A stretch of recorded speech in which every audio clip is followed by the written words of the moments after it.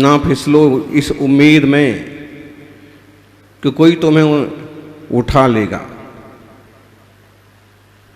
जानबूझ के मत फिसलो इस उम्मीद में कि कोई तुम्हें उठा लेगा।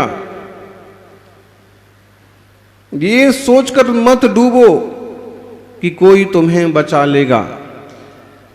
ये संसार अपनी रीति से चलता है। इस स्वार्थ का संसार अपने हिसाब से चलता है।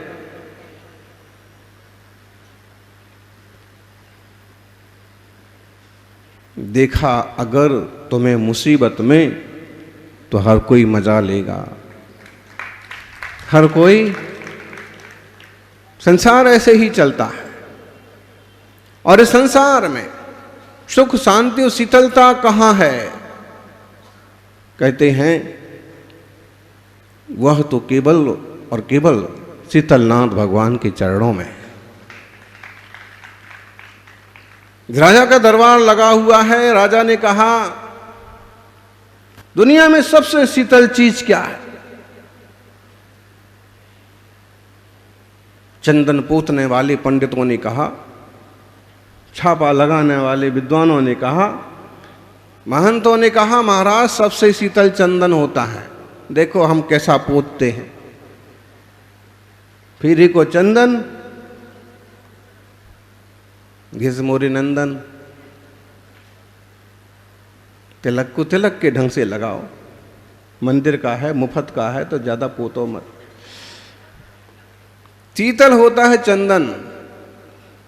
महाराज ने कहा समझ में नहीं आया, बात जमी नहीं। तब दूसरे ने कहा न शीतलास चंदन चंद्र रश्मयो। महलों के ऊपर आराम फरमाने वाले, चांदनी में घूमने वाले धनिक लोगों ने कहा महाराज चंद्रमा की जो शीतलता होती है वो अद्भुत होती है। उससे जैसा शीतल दुनिया में कुछ नहीं है। जेठ के महीनों में भी जब पूरी धरती तप रही हो और चांद निकल आए और चंद्रमा की रोशनी में बैठो तो शीतलता आपो आप महसूस होती है। प्राकृतिक शीतलता।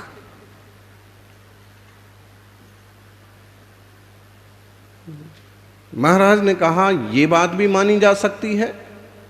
तभी गंगा में नहाने वाले किसी पंडित ने कहा महाराज गंगा का नीर सबसे ज्यादा शीतल होता है।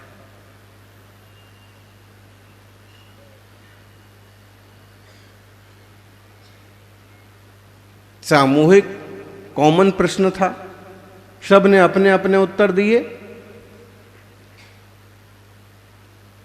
आजकल लोगों से पूछेंगे तो उनके उत्तर होंगे। कोई कहेगा कि एसी सबसे शीतल होता है तो कोई कहेगा कूलर सबसे शीतल होता है। कितनी भी शीतल हो फिर भी हम कूलर चला के ही बैठते हैं क्योंकि वो शीतल होता है। न शीतला चंदन चंद्र रश्मि न गंग मंभो न चहार यष्टय। तभी महारानी ने कहा महाराज गले में पड़ा हुआ जो मोतियों का हार है ना, ये सबसे शीतल होता है।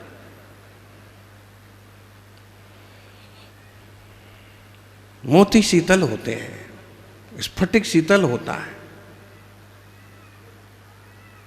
तभी प्रज्ञावान, बुद्धिमान, स्वाध्यायी, धर्मात्मा सेठ ने खड़े होकर के कहा हे राजन, दुनिया में ये सब चीजें शीतल भले होती हों, भले थोड़ी देर को इनसे शीतलता महसूस होती हो। कौशिक भाई सबके अपने अपने उत्तर होते हैं।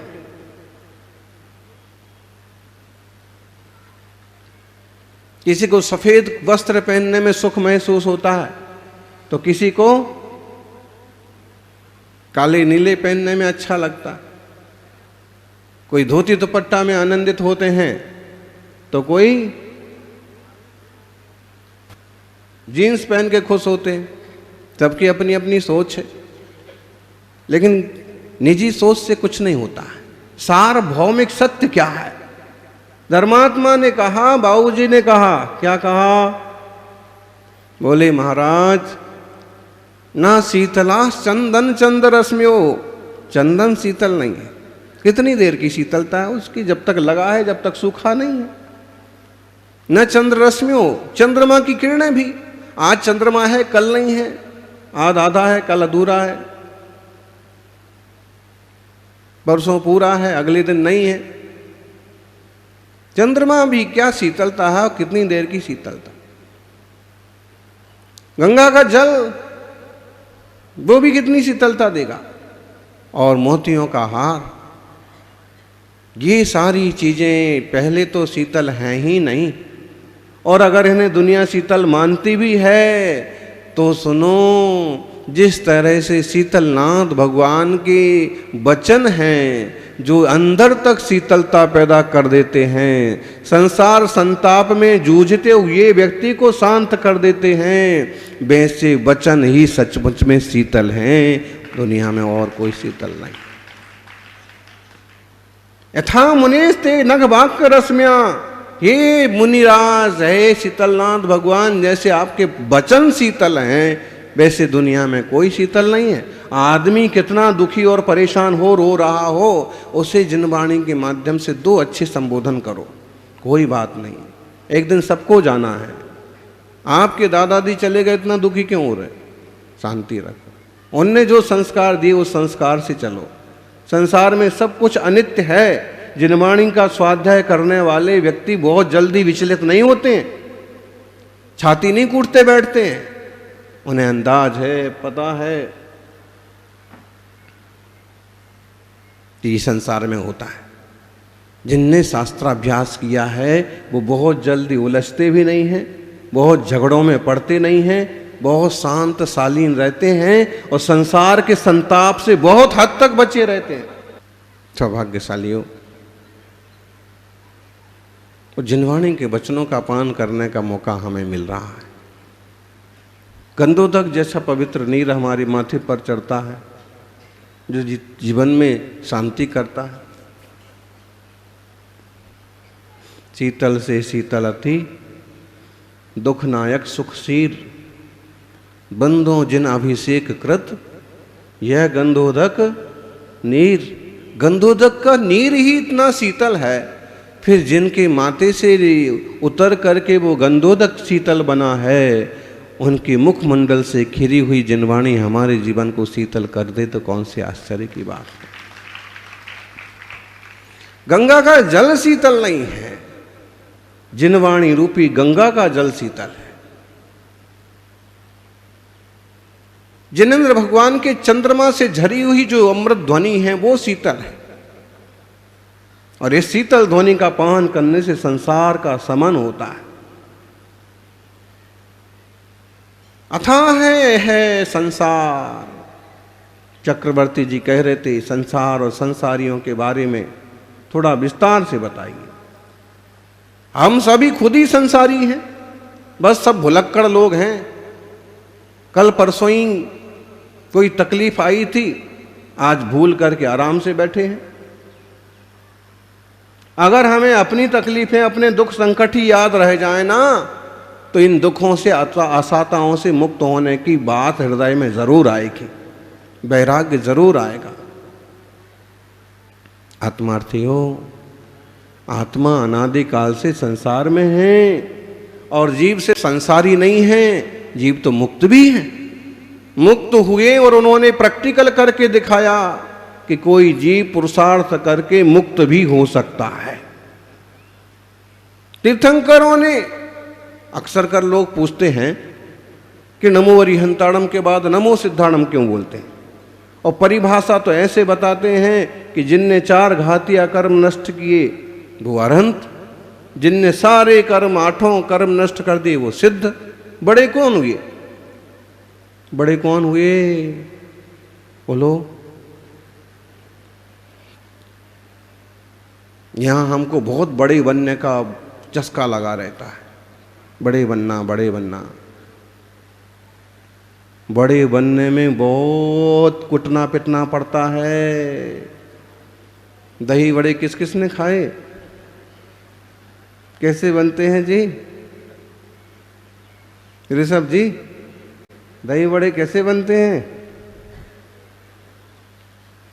उसको पूछना पड़ेगा। बोलो राजेश जी। अरे आज वो बाजार से तो देखो, बाजार से तो जहर भी ताज़ा मिल जाता है, उसका तो कोई मतलब ही नहीं। बाजार की जो चीज़ें लोग खा रहे हैं ये तो सरासर अपने शरीर के ही साथ अन्याय कर रहे हैं, धर्म के साथ, समाज के साथ, जो भी कहो। बाकी जो पैकेट बंद आ जाता है, किसी भी कंपनी का आ जाता है, ये तो खुद के साथ अन्याय कर रहे हैं। एक बार परिचित जैन साहब की दुकान पर ले करके खा लो, ले आओ, वो बात ठीक है, लेकिन जो कहाँ से आया है, कैसे पैक हुआ है, वो तो बिल्कुल ही गलत। दही वड़े की बात अगर अपन बात करें कि घर में माँ भी कभी कभी विषय चेंज करती है, मेनू चेंज करती है, और दही वड़े इतनी आसानी से नहीं बनते हैं। ये तो विषय हमने इसलिए लिया कि लोग कहते बड़े बनना, सिद्ध बनना, ऐसे थोड़ी बन जाएंगे। पहले तो कह के बनते दही वड़े उड़द की दाल के। क्या जी महाराज जी, अष्टमी के दिन आप भी सब चीज़ों के याद नाम करा दोगे, एक आसन करना भी मुश्किल हो जाएगा। समझना ये है कि उसको पानी में डाला जाता है, देर तक गीला होने दिया जाता है, फिर कूटा जाता है, फिर क्या क्या होता है जी, ये बताएंगे विमला जी, सुनीता जी। नहीं बनाया कभी? देखो कितना कुटना पिटना पड़ता है, फिर नमक मिर्च डालते हैं, फिर आग में, तेल में, घी में, तब बड़े बनते हैं। एक बड़ा नाम की चीज को बड़ा बनने में इतनी ज्यादा मशक्कत होती है,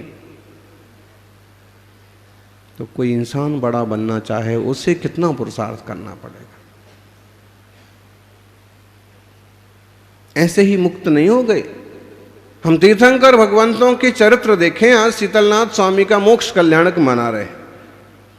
समीर शिखर के विद्युद्वर कूट पर आज भी कुछ ना कुछ श्रावक तो उपस्थित होंगे ही होंगे। निर्वाण लाडू चढ़ रहा होगा, वहां से मोक्ष पधारे। भद्रपुल जन्म तो कैसे बन गए? आज उत्तर पुराण उठा के देखो तो उनके भी 3-4 भावों का वर्णन तो मिल ही जाएगा। वो कितने पिछले भावों से उस जीव ने पुरुषार्थ किया होगा। महावीर स्वामी का चरित्र उठाओ, उनके तो अनेक भाव मिल जाते हैं। 30-32 भावों का तो अच्छा विस्तार तक मिल जाता है। जीव एक भाव में पार नहीं हो पाता है। कोई बड़ा सौभाग्यशाली हो, कोई चक्रवर्ती भरत के पुत्रों जैसा एकाध हो, वरना ये जीव ने संसार परिभ्रमण में एक तरह का आनंद मान रखा है, इसी में ही खुश है। खुश क्या है तो दुख ही दुख। लेकिन आज तक ये सावधान नहीं हुआ। 10-5 किलोमीटर चलते हैं और हम कहते हैं थक गए। 150 किलोमीटर कभी बिहार करने का मौका पड़ जाए, मजबूरी पड़ जाए तो थक गए। लेकिन 343 राजू भ्रमण करते हुए नहीं थके। गजब की बात है। पता ही नहीं है कब ऐसा हुआ, भूल गए। जो मुक्त हो गए सो हो गए, बाकी जो संसार में हैं वो संसारी। संसारिणो मुक्ताश्च, संसारी और मुक्त। संसारियों में भी त्रसस्थावरा, संसारिणस्थावरा, त्रस और स्थावर। उसमें भी संगी और असंगी। उसमें और ढंग से गिनो तो 1 इंद्रिय, 2 इंद्रिय, 3 इंद्रिय, 4 इंद्रिय, पंचेंद्रिय। पंचेंद्रिय में संगी असंगी। और देखो तो 4 गतियां, मनुष्य गति, देव गति, त्रियंज गति, नरक गति। ये सब जीव तो भरे पड़े हैं। उनने तो उठाया बुलडोजर, जेसीबी, और यहां से वहां तक पूरी घास साफ कर दी, पूरे पौधे उखाड़ मारे। लेकिन उसमें कितने अनंत जीवों का घात हुआ है। अनंत नहीं, कितने अनंत जीवों का। किस टाइप के पौधे हैं, किस टाइप के उनके पत्ते हैं, कोंपले हैं, छोटे फल हैं। अब उन्हें तो बस मैदान चाहिए था, बन गया जीएमडीसी। यानी सूक्ष्म बात जैन दर्शन में मिलती है। मुनिराज चतुर्मास करते हैं, उसका एक मुख्य उद्देश्य होता है कि घास पात और कच्चे पानी पर भी पांव रखने का मौका ना पड़े। 2 इंद्रिय 3 इंद्रिय आदि बहुत पैदा हो जाते हैं। बताइए जीव नहीं है क्या? संसारिणो मुक्ताश्चा समनस्का मनस्का संसारिणस्तस्थावरा पृथिव्यपतेजो वायु वनस्पत्या स्थावरा द्विन्द्रियादयस्त्रसा पंचेन्द्रियाणि फिर द्विविधानि निवृत्त्युपकरणे द्रव्येन्द्रियम लब्धोपयोगो भावेन्द्रियम। पढ़ते जाओ तत्वार्थ सूत्र का दूसरा अध्याय। 10वें सूत्र में एक खास बात कही है, जीव का लक्षण उपयोगो लक्षणम सा द्विदोष्ट चतुर्वेदा संसारिणो मुक्ताश्च। जो मुक्त हो गए सो तो हो गए। किस चीज से मुक्त हो गए जी? किस चीज से मुक्त हो गए? संसार से। संसार किस चिड़िया का नाम है? किस चीज का नाम है? ये राग द्वेष मोह, यही हमारा संसार है। ये ऐसा वाला संसार तो रहेगा, ये धरती रहेगी, अंबर रहेंगे, खेत खलिहान रहेंगे, दुनियादारी की सारी चीजें रहेंगी, बदलती रहेंगी, लेकिन ये तो रहने वाली हैं। फिर नाश किस चीज का किया? नाश बांस कुछ नहीं किया है। जो अपने ही विकार हो रखे थे, इनको ठीक ठीक ढंग से समझा और खुद निर्विकार स्वरूप की, शुद्धात्म तत्व की, शुद्ध निश्चय नय की दृष्टि से स्वयं को पहचाना, स्वयं में रमे जमे, तो जो अपना नहीं था वो निकल गया, भिन्न हो गया, मिट गया। इसको नाश होना बोलते। नाश तो कुछ नहीं होता। वो कर्म परमाणु आज भी संसार में, जिन्हें कर्म स्कंधों ने तीर्थंकर ऋषभ देव को संसार परिभ्रमण कराया, शीतलनाथ स्वामी को, महावीर स्वामी को, जिनने इस संसार में रखा, वो कर्म परमाणु आज भी इसी संसार में है। भले वो अकर्म दशा में हो, पुद्गल के किसी और रूप में परिणमित हो गए हों, भले वो स्कंद अणुरूप बदल गए हों, या छोटे स्कंद बड़े स्कंद रूप हो गए हों, और कहो वो ही तरह के कर्माणु किसी रूप परिणमित होकर हमारे को भी बंद हो चुके हों। बेड़ियां हैं, मंत्री जब घोटाला करते हैं तो उनको उसी बैरक में रखा जाता है, और कई बार दूसरे जीवों को मंत्री जी अगर निकल आए, मुक्त हो जाएं, तो दूसरे को भी उसी में रख देते। संसार है, ऐसे ही चलता है।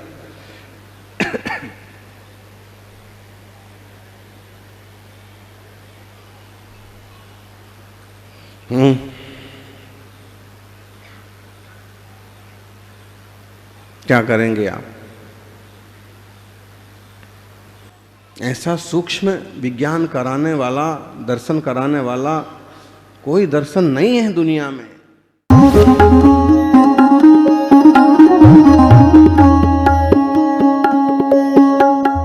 उत्तराखंड राज्य की